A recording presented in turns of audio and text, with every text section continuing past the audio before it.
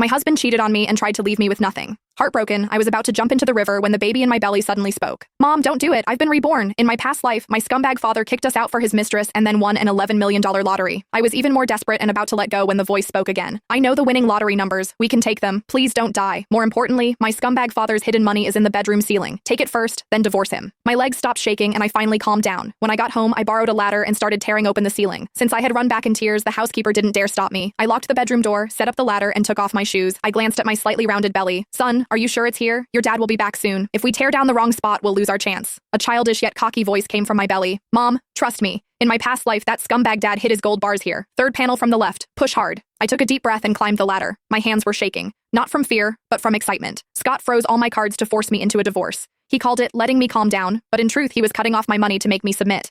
He wanted me to leave with nothing. Dream on. I shoved the patterned ceiling panel open. Dust fell and blurred my vision, but I didn't wipe my eyes. I had already touched the heavy black cloth bag. It was so heavy that I nearly fell off the ladder while pulling it out. Be careful, Mom. If you fall, we'll both die. Don't jinx it. My hands shook as I opened the bag. Golden light flashed before my eyes. It was filled with gold bars. I had never seen so much gold in my life. I rummaged through it and found stacks of US dollars underneath. How much money is this? About $5 million.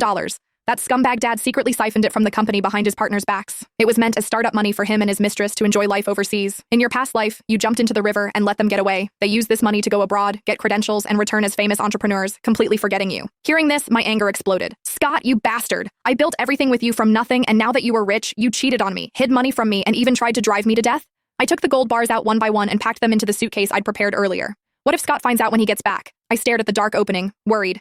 If he found out, I might not even make it out of this house, let alone get a divorce. Mom, are you silly? Just stuff some old books into the box next to it so it looks full, then put the ceiling panels back. They haven't been opened in years. By the time he notices, we'll be long gone. I suddenly understood. I grabbed a few of Scott's showpiece books from the top shelf, stuffed them into the black bag, and put it back in the ceiling. Then I carefully secured the panels. I even wiped away the fingerprints on the edges. Then I sat on the floor, my heart pounding. Even jumping into the river hadn't been this thrilling. Just then, the door opened downstairs. Scott's impatient voice followed. Tara, did that crazy woman come back? I froze. Mom, don't give in. You're the victim now. Act desperate and make him think you've given up. I kicked the suitcase of gold bars deep under the bed, then messed up my hair and sat on the edge. I forced myself to calm down and tears immediately welled up. When Scott pushed the door open, he saw me looking heartbroken. Disgust flashed in his eyes. Still not dead? I thought you had some backbone. He loosened his tie, clearly impatient.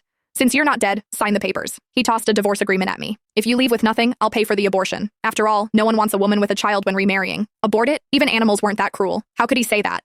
Hatred surged in my heart, but I knew now wasn't the time to explode. I slowly lifted my head, my eyes hollow. Following my son's advice, I put on the act of a woman completely broken by grief. Scott, after 7 years of marriage, are you really going to be this cruel? My voice was hoarse and trembling. Scott scoffed and lit a cigarette, ignoring my pregnancy.